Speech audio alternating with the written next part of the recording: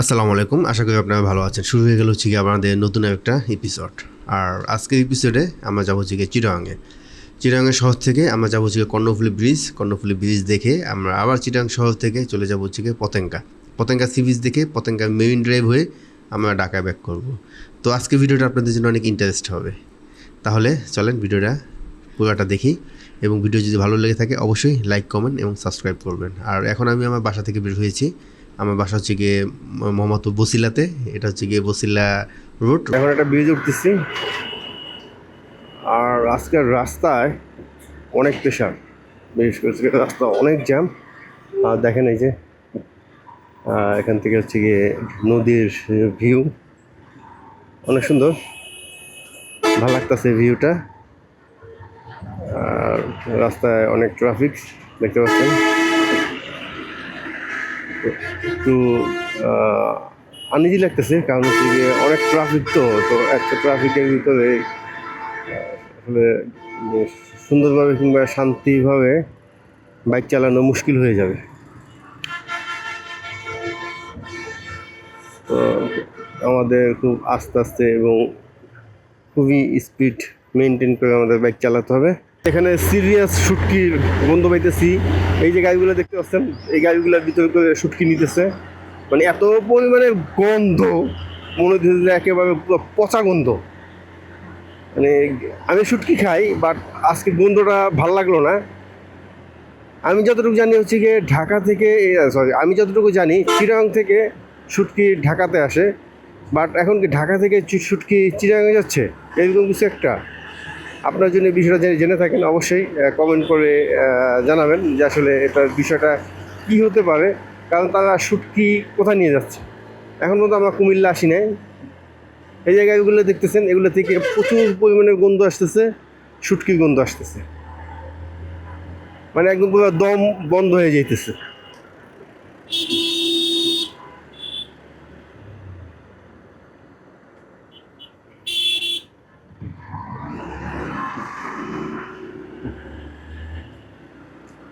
এখানে এই যে আমার সামনে যে নোয়া যে গাড়িটা, তো ওর কারণে আমি একটু ঝামেলায় পড়ে গেছি।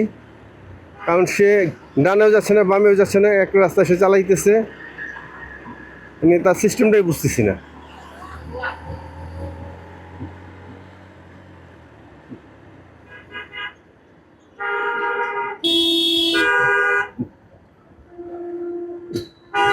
তো দেখছেন গাইস, এখানে যে অটোগুলা মাথা বাড়ি করে দাঁড়ায় আছে।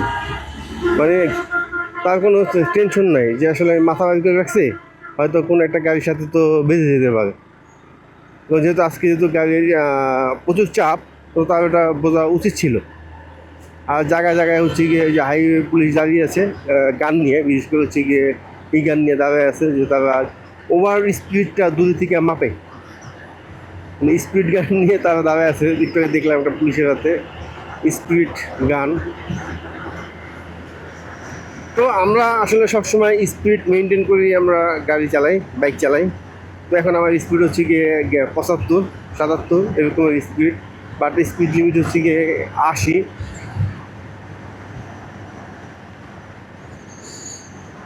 মাঝে মাঝে স্পিড একটু উঠে যায়, কারণ অনেক সময় চোখ মিটারে পড়ে না, সোজা মানে সোজা দেখতেছি, তখন হঠাৎ করে দেখা যায় যে স্পিডটা উঠে গেল।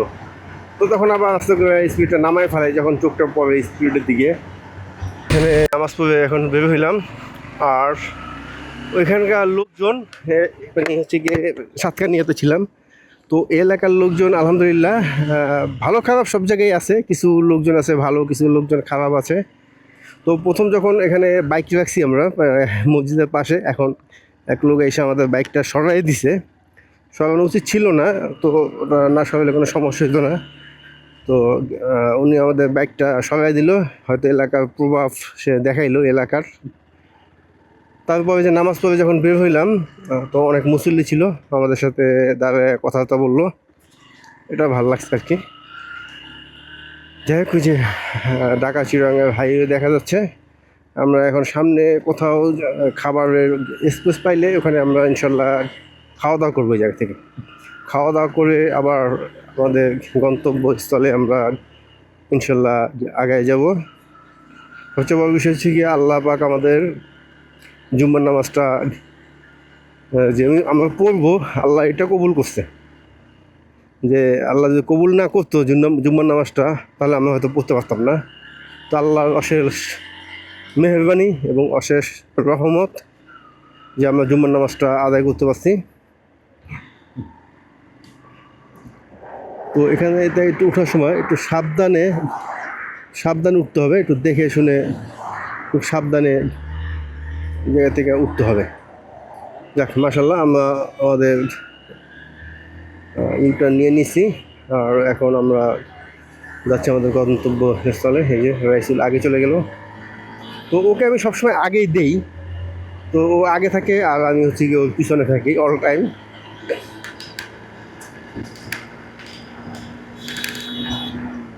তো এখন একটু একটু দেখি চেষ্টা করবো, টানার চেষ্টা করবো। বিশেষ করে হচ্ছে আমাদের একটু দ্রুত যেতে হবে, কারণ হচ্ছে আমাদের এমনিতেই আজকে অনেক লেট হয়ে গেছে, অনেক লেট হয়ে গেছে আজকে। সবচেয়ে বড় লেট হয়েছে জ্যামের কারণে। রাস্তায় এত পরিমাণে জ্যাম ছিল, জ্যামের কারণে আমাদের লেট হয়ে গেছে। তো এখন পর্যন্ত আমরা মাত্র বাইক চালাইছি 138 কিলোমিটার দেখাচ্ছে, যেটা হচ্ছে গিয়ে শনি একরা থেকে আমরা এই পর্যন্ত বাইক চালাইছি 138 কিলোমিটার মাত্র, যেটা আমরা সকালে 7:30টার সময় রওনা দিয়েছি। তো আপনারা চিন্তা করতে পারেন যে এখন বাজার থেকে দুপুর 2টা। তো সকাল 7টা থেকে দুপুর 2টা পর্যন্ত আসলে অনেক টাইম। এতক্ষণে এই টাইমের ভিতরে আমাদের চিটাগাঙে পৌঁছে যাওয়ার কথা ছিল, কিন্তু এই জ্যামের কারণে আমরা অনেক পিছিয়ে গেছি। যাই হোক, ইনশাল্লাহ চেষ্টা করব যাতে করে আমরা চিটাগাং পৌঁছাইতে যেতে পারি। আসলে জ্যামটা এই যে সীতাকুণ্ডতেই ছিল, জ্যামটা এতটুকু জায়গার ভিতরে জ্যামটা ছিল। বিশেষ করে জ্যামটা সীতাকুণ্ডতেই ছিল, এই অল্প একটু জায়গার ভিতরে জ্যামটা ছিল, কারণ এখানে হচ্ছে গিয়ে বাস স্ট্যান্ড, এই জন্য এখানে জ্যাম। এখান থেকে এখানে সব বাস থামে, বিশেষ করে বড় বাস, ছোট বাস, সকল ধরনের বাসই এই সীতাকুণ্ড এই জায়গাটায় থামে। এই জন্য এখানে অনেক বড় জ্যাম ছিল। যাই হোক, আমরা হচ্ছে গিয়ে সীতাকুণ্ড জ্যামটা পার হয়ে আসছি। দেখেন এই বাইকে ইন্ডিকেটার দিচ্ছে হচ্ছে গিয়ে ডানে, সে বামে চালাইতেছে, মানে সে ডানে ইন্ডিকেটার দিয়ে সে বামে চালাইতেছে। আমি যদি এখন বামে যাইতাম তাহলে কী অবস্থা হইতো। এই ট্রাকগুলা আসলে মানে কি বলবো, এই ট্রাকগুলোর কথা, ইন্ডিকেটার দেওয়া এক সাইডে সে যায় আর এক সাইডে।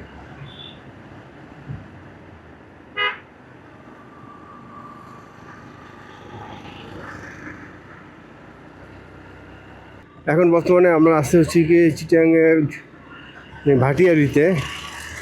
বিশেষ করে এই যে আমার আশেপাশে যেগুলো দেখতেছেন, এগুলো সব হচ্ছে গিয়ে জাহাজের জিনিস, জাহাজের মাল বলে অনেকে। তো এগুলো হচ্ছে জাহাজ থেকে কেটে এখানে নিয়ে এসে বিক্রি করে। তো এখানে সব কিছুই পাওয়া যায় এই এলাকাটা। আর এই এলাকাটার নাম হচ্ছে গিয়ে ভাটিয়ারি। তো যারা অনেকে ঢাকা থেকে আসে, ঢাকা থেকে এসে এখান থেকে অনেক কিছু কিনে নিয়ে যায়, বড় বড় এসি, বড় বড় জেনারেটর, টিভি, ফ্রিজ, এভরিথিং। এমন কোনো কিছু নাই যে এই এলাকাটায় পাওয়া না যায়, বিশেষ করে পুরাতন জিনিস। তো আপনাদের যদি কারো কোনো কিছু প্রয়োজন হয়, আগে আপনারা এই এলাকার বিষয়ে যাচাই করেন। ইউটিউবে অনেক ভিডিও আছে ভাটিয়ারি জাহাজের পুরাতন জিনিসপত্র নিয়ে। তো আগে এগুলো দেখেন, দেখার পরে যদি কোনো চয়েস হয় তখন এখানে এসে এগুলো নিয়ে যেতে পারবেন। আর এই এলাকাটা কিন্তু অনেক বড়, দেখেন আশেপাশে কিন্তু অনেক আছে। যেগুলো সব কিন্তু জাহাজের মাল, যেগুলো দেখতেছি সব হচ্ছে গিয়ে জাহাজের। আর এখান থেকে কক্সবাজার হচ্ছে গিয়ে 182 কিলোমিটার, চট্টগ্রাম হচ্ছে গিয়ে 14 কিলোমিটার। তো এখনও চট্টগ্রামে আমরা মূল শহরে আসি নাই, কিন্তু বাট এটা চট্টগ্রাম বিভাগের ভিতরে পড়ছে এই জায়গাটা। তো আমরা ভাটিয়ারি পার হয়ে গেছি। বিশেষ করে হচ্ছে কি এই যে যাদের পুরাতন যে জিনিসপত্র বিক্রি করে ওই এলাকাটা, এখানে আশেপাশেও অল্প কিছু কিছু কিছু বিক্রি করে। এখানে আপনি সব কিছু পাবেন। এখানে আপনি টিভি পাবেন, বড় বড় জেনারেটর পাবেন, জাহাজের অনেক কিছু পাবেন, অনেক কিছু পাবেন এখানে। আর এই যে একটু পর পর আমাদের ভাই দাদা আমার জন্য ওয়েট করে। আর বিশেষ করে হচ্ছে কি এখানে আপনারা ওই যে সিঁড়ি পাবেন, জাহাজের যে সিঁড়িগুলো আছে, এই যে দেখতে পাচ্ছেন কিনা জানি না, এই দেখেন এই যেগুলো তো জাহাজের সিঁড়ি, কিন্তু এখানে বিভিন্ন স্টাইলে বিভিন্ন ধরনের সিঁড়ি পাবেন। এখানে কিছু জাহাজেরও সিঁড়ি আছে, আবার এখানে পুরাতনও সিঁড়ি আছে। পুরাতন বলতে এখানে নতুনও সিঁড়ি আছে, যারা হচ্ছে গিয়ে নতুন সিঁড়ি তৈরি করে এখানে সিঁড়ি বানায়, মানে নতুন সিঁড়ি তৈরি করে এখানে বিক্রি করে। তো এই ধরনের সিচুয়েশনও এখানে হয়, কারণ তাও সেটা আবার জাহাজের বলে বিক্রি করে, কিন্তু বাট এটা আপনাদের চিনে বুঝে নিতে হবে। এটা হচ্ছে গিয়ে ফ্লাইওভার। তো চিটাগাংয়ের ফ্লাইওভার আগেও আমি কয়েকবার উঠেছি, তখন ভিডিও করা হয়নি। তো এবার ভিডিও করতেছি। ফ্লাইওভার দিয়ে যাবো হচ্ছে কর্ণফুলী যে ব্রিজ, কর্ণফুলী ব্রিজে বদ্দাঘাট, আগে যাব বদ্দাঘাট, তারপর হচ্ছে গিয়ে কর্ণফুলী ব্রিজ।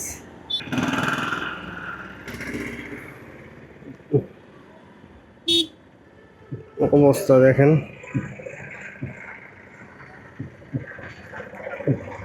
ওদের কারণে পার হইতে পারলাম না, কষ্ট হয়ে গেছে।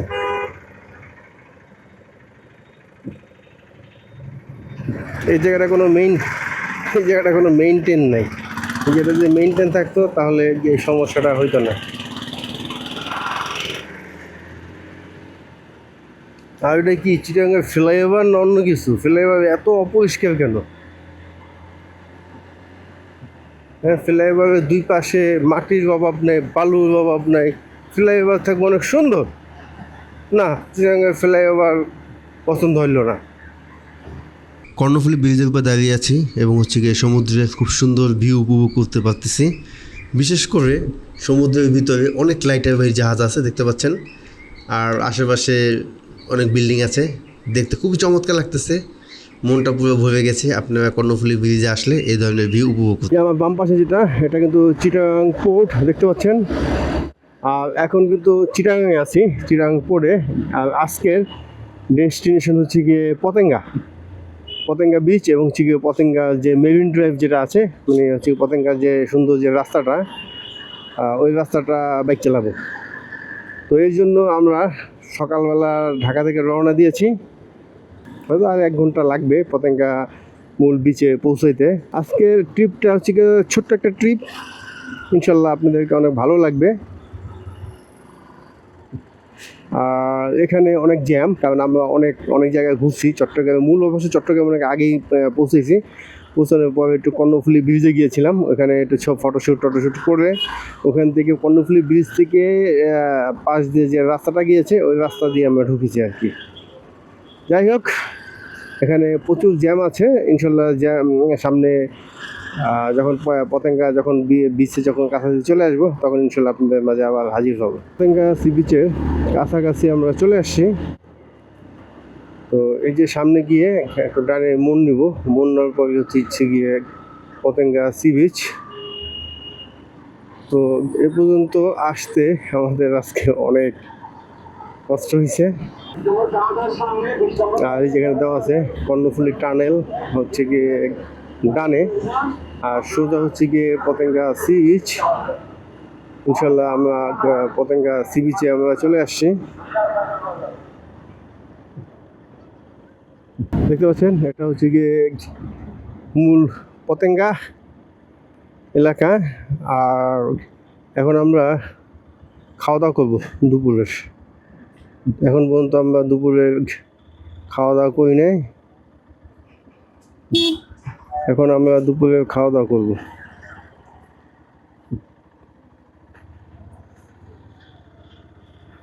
তো দেখতে পাচ্ছেন ভিউটা অসম্ভব চমৎকার এবং অসম্ভব সুন্দর। আমার কাছে অনেক ভালো লাগতেছে।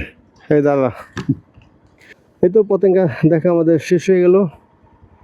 এখন আমরা আপনাদেরকে পতেঙ্গার যে মূল যে রোড ভিউ সেটা আমি আপনাদেরকে ইনশাল্লাহ দেখাবো।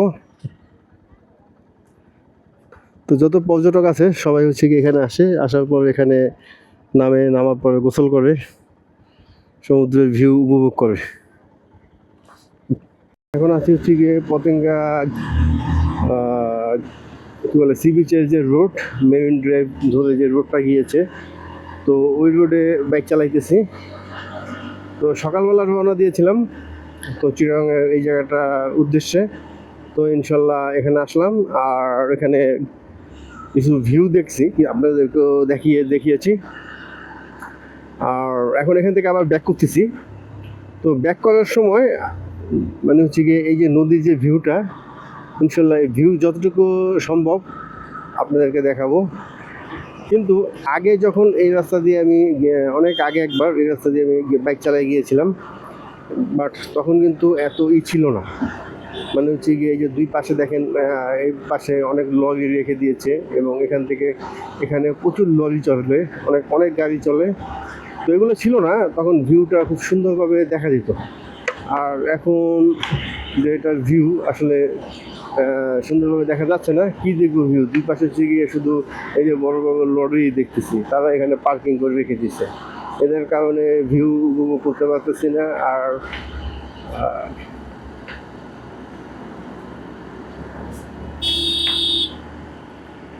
তো গাইস, এখন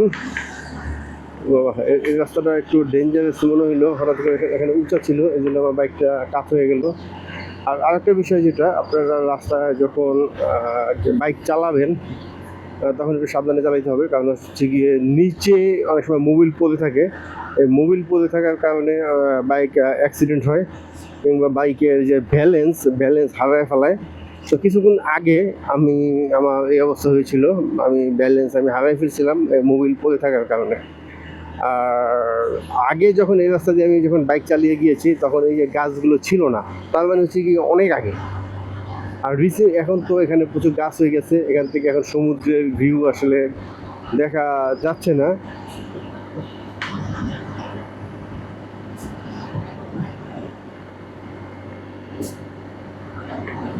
তার মানে এখান থেকে সমুদ্রের ভালো ভিউ হয়তো আর পাবো না।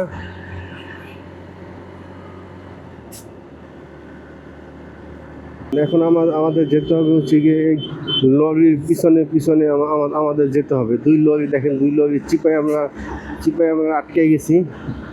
দুই লরির এখন কতক্ষণ টাইম লাগে কে জানে, এদের হাত থেকে বাঁচতে। এখান থেকে হয়তো আর ভালো ভিউ পাওয়া যাবে না। আর এই ভিডিওটা আসলে আমি এখানে শেষ করে দিতে চাচ্ছি। যদি আপনাদের ভিডিওটা যদি ভালো লেগে থাকে অবশ্যই আপনারা লাইক, কমেন্ট এবং সাবস্ক্রাইব করবেন। তো এই জায়গাটা আসলে চমৎকার লাগলো এখান থেকে।